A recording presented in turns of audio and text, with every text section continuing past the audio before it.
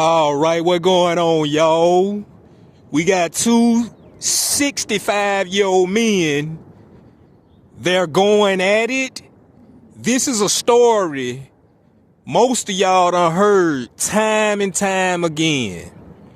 You know, about this damn Jay-Z and Dame Dash. Let's hear what Dame Dash got to say.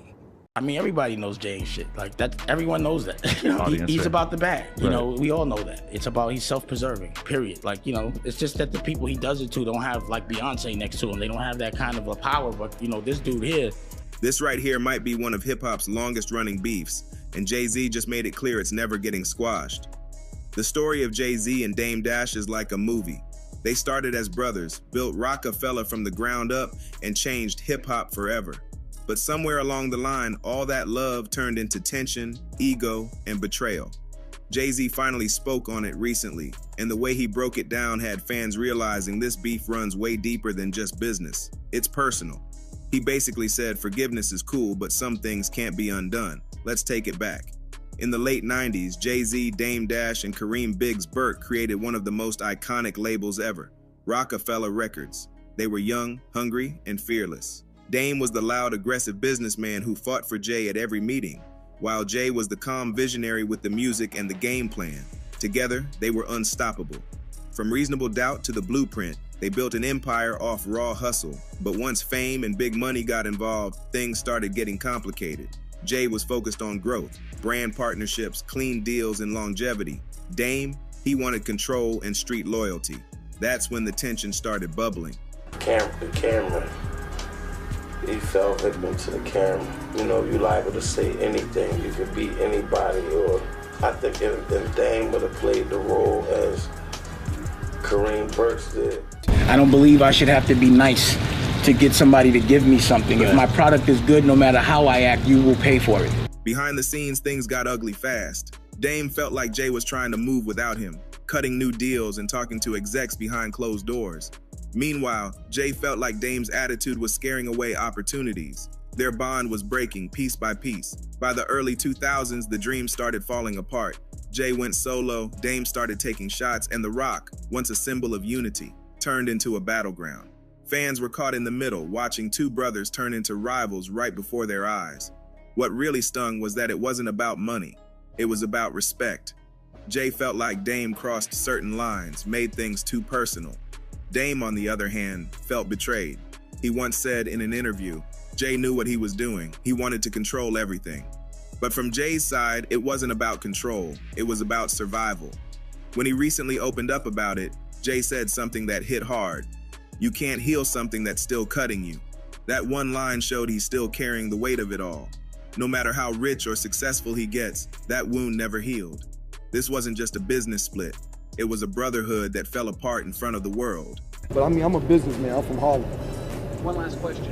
What exactly did you hear the guy say he was trying to jack? Like, get out the car. Give me the car, fool. And I said, get the fuck out of here. Murked up. Fast forward to today, Jay-Z's a billionaire, one of the most powerful figures in entertainment, while Dame Dash has been moving independently, speaking his truth every chance he gets. But the tension hasn't faded. If anything, it's gotten sharper over time. Every few years, Dame brings Jay's name up in interviews, calling him out for selling out or forgetting where he came from. Meanwhile, Jay stays quiet until recently, when he finally explained why he'll never reconcile. In an interview, he said, "Sometimes you gotta love people from a distance. Not everyone can go where you're headed." That line hit deep. It wasn't shade, it was closure. See, Jay-Z's problem with Dame wasn't just the past, it's the way Dame kept bringing it up. Over time, the public jabs turned into a pattern. Dame accused Jay of being controlled by corporations and said he betrayed the culture for business. But Jay's response, without saying names, was powerful. Everybody screams loyalty until it costs them something. Fans instantly connected the dots. Jay was talking about how loyalty cuts both ways, how people love to talk about brotherhood until money, pride, or ego gets in the way. That's why shit is fucked up. Because y'all stay trying to do that. Y'all should have called Dame and Dash and said, you want the whole fucking thing to hear it? Keep the door open. I don't give a fuck. Y'all should have called Dame and Dash, make sure I was privy to it, sure I was CC'd or whatever. Behind the scenes, insiders have always said Jay tried to keep things peaceful. He even gave Dame opportunities to come back around during Roc Nation's early stages, but Dame's pride wouldn't let it happen. Dame felt like he built the empire, and Jay just took the credit. In one interview, Dame said, "I made Hav. I taught him how to move." But Jay fired back with silence and success.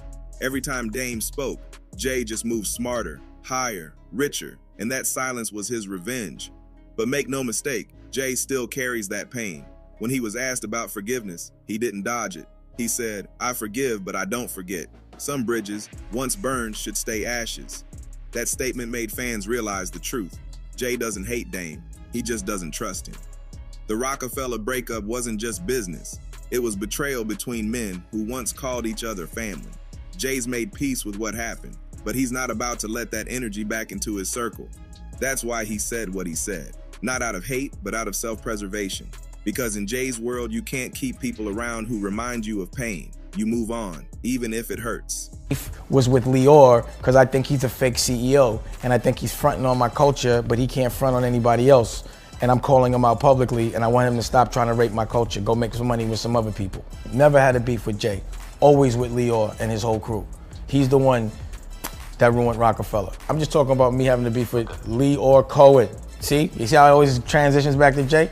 Lior Cohen. That's my beef. Pause. Not Jay. Now, let's be real. Dame Dash has never backed down from a fight, especially not when it comes to Jay-Z. He's been calling Jay out for years, saying he let the culture down by aligning with big corporations and billionaire investors. He's even gone as far as saying Jay sold out and turned his back on the very community that made him. But from Jay's perspective, it's not selling out, it's leveling up. Jay's whole career has been about evolution, going from a hustler in Marcy projects to the boardroom of billion-dollar companies.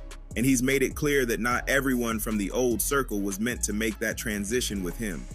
The final straw came when Dame tried to auction off Jay-Z's first album, Reasonable Doubt, as an NFT a few years back. That was it. Jay's team hit back hard, taking him to court and shutting the whole thing down. That move proved Jay wasn't playing around. He wasn't letting anyone touch his legacy. In Jay's mind, that moment confirmed it. Some relationships aren't meant to be repaired. He felt like Dame crossed the line for good. And the karma happens, but the thing I didn't understand is I was like, I know I'm not fucking with that. And because of the moral challenge and him choosing one way, I knew morally we weren't the same.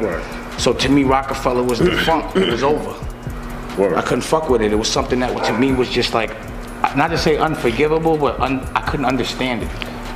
You know what I'm saying? And then I didn't understand how people didn't, I thought, well, then the people aren't gonna have that. But nobody said nothing. But what really separates the two is mindset. Dame's always been emotional and outspoken, living by street rules, loyalty, pride, and confrontation. Jay, on the other hand, plays chess, not checkers. He's quiet, strategic, and cold with his moves. While Dame talks, Jay executes. He said in an old track, "A wise man told me don't argue with fools because people from a distance can't tell who is who." That's exactly how he's handled this situation. Every time Dame threw a shot, Jay just kept building. Roc Nation, title, NFL partnerships, luxury deals. It's like he turned every insult into motivation. And here's what's wild. Even after all the success, Jay still shows subtle respect for what they built together. When asked about Roc-A-Fella, he always says, "We made history." That's his way of saying he hasn't forgotten. But the past is the past. He's not looking to rekindle anything because, in his eyes, trust once broken can't be bought back. That's what people miss. It's not hate keeping them apart, it's experience. Jay's learned that some people love you until your growth outshines their comfort zone. And when that happens, you gotta leave them behind, even if they helped you start the journey. That's the real reason Jay won't end this beef. It's not revenge, it's protection. Now, years later, the legacy of Jay-Z and Dame Dash still looms over hip-hop. Every interview, every headline, every nostalgic throwback to the Roc-A-Fella era brings the same question: will they ever make peace? But the truth is, Jay's already answered that. He's moved on. He doesn't need to squash it because, in his mind, it's already over. He's not beefing, he's evolving. In Jay's own words, everybody can't come with you to the top. And that's something a lot of people don't understand. For Jay, ending the beef doesn't mean shaking hands and smiling for cameras. It means finding peace within himself. And from the way he's been moving, he already did. He's a father, a husband, a mogul. He's not chasing closure with anyone from the past. But for Dame, it's different. He's still carrying that pain, still fighting for recognition, still trying to rewrite how the world views their split. Every time Dame speaks on Jay, it's like he's trying to remind people he was part of that legacy too. And he was. No one can take that from him. But Jay doesn't live in nostalgia. He lives in progress. Recently, when asked again about working with Dame, Jay simply said, "It's not about hate, it's about boundaries." That one sentence summed it all up. He's not looking to embarrass or discredit Dame. He just doesn't want that energy anywhere near what he's built. It's not bitterness, it's clarity. When you've been betrayed once, you learn to move differently. Jay learned that lesson the hard way. And now, every decision he makes reflects it. Fans are split about it. Some say Jay should let the past go. Others say he's right for keeping his distance. But the truth is, both men became legends, just on different paths. Dame represents raw emotion, hustle, and authenticity. Jay represents control, growth, and legacy. Together, they made history. Apart, they became a lesson that not every brotherhood survives success. Jay's decision to never end the beef isn't about pettiness, it's about peace. He's already forgiven, but he'll never forget. At the end of the day, Jay-Z and Dame Dash will forever be linked, two halves of the same story that built a movement. But some bridges burn for a reason, and Jay's just not walking back over his. His silence speaks louder than any diss track ever could. He doesn't need to say he's won. His success says it for him, and that's why Jay-Z will never end this beef. Because for him, the real victory wasn't revenge. It was outgrowing the pain and leaving it behind. First of all, Happy New Year. This gonna be a year pressing forward that most of us just really cut out with the BS and level up. I'm talking about myself. Now, Jay-Z is basically saying to Dame Dash, in my opinion, that, hey, Dame Dash, it's your fault, bro.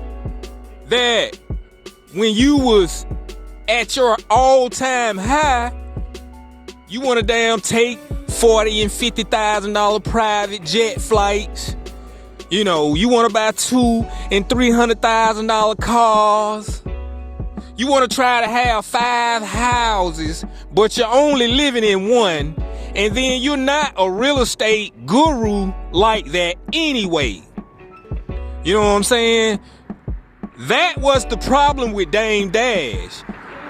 And Dame Dash used to make fun of people on the low back in the day about certain dudes coming around him in a certain car. But really, those dudes was being smart. Because if all you got was $500,000 in some sort of advancement for your music, man, why would you try to buy a Ferrari and a house? Matter of fact, you're gonna need some more money to go with it. So that's pretty much what Jay-Z really been saying. Hey, Dame Dash, it's your fault, bro. You was the CEO. You was cutting all the checks to us. But foolishness, arrogancy, and really just being a damn idiot caused you to fall behind and Jay-Z to surpass him. Not pulling Jay-Z coattail, because I really do know Jay-Z. He been on some fuckery too. You know, he been selling some people out. You know, he been stealing people's styles. Jazzo, I heard he stole Jazzo's name. That's where the whole Jay-Z thing came from. So yeah, Jay-Z been on some shady shit, but to be honest, and I know one or two of y'all gonna get mad, in a game like the rap game, man, you really got to be cutthroat, bruh. It's like you gotta get them before they get you, in a sense. I ain't talking about like no physical harm type shit, but I'm talking about like on a financial tip. And really, that's pretty much what Jay-Z did. He had ice water running through his veins, while y'all had sissified blood running through y'all veins. Now, do I think Jay-Z need to be slapped out? Yeah, I think somebody need to send him and punch him in his shit. Damn the bodyguards. Damn trying to pay somebody to do something. No, somebody need to step to Jay-Z, throw their hands up, ball their fists up, and then they sit there and just punch that shit out. But most of these niggas some scary niggas, man. They ain't gonna do no shit like that. They'll talk that shit, but then when you see them, both of them be scared of each other. You got one dude scared and the other one glad he's scared because his ass scared. That's my take. Dame Dash is still that nigga to me. He still got $1 billion name. He did a lot for the rap game. He put a lot of people on. You can't take that away from him. But, like I say, when you be too arrogant, too flamboyant, and you just wasting money on dumb shit, man, that's the main thing. You know, you gonna fall by the wayside. Not saying you gonna go broke completely, but you'll go from being $200 million down to 10. You know what I'm saying? All because you just were being foolish. And you really can't get mad at Jay-Z because Jay-Z don't owe you. See, one thing y'all gotta realize, ain't nobody obligated to help you. You know, a lot of y'all thought y'all gonna get 40 acres in a mule, but the white man tricked your ass. And you ain't going up to goddamn Washington banging on the goddamn door trying to see what the hell going on. So that's my take, man. Like I say, y'all 60-year-old man, y'all 60-year-old men with y'all diapers on, man, y'all go wipe y'all butt, man, and chill out. I'ma holler at y'all.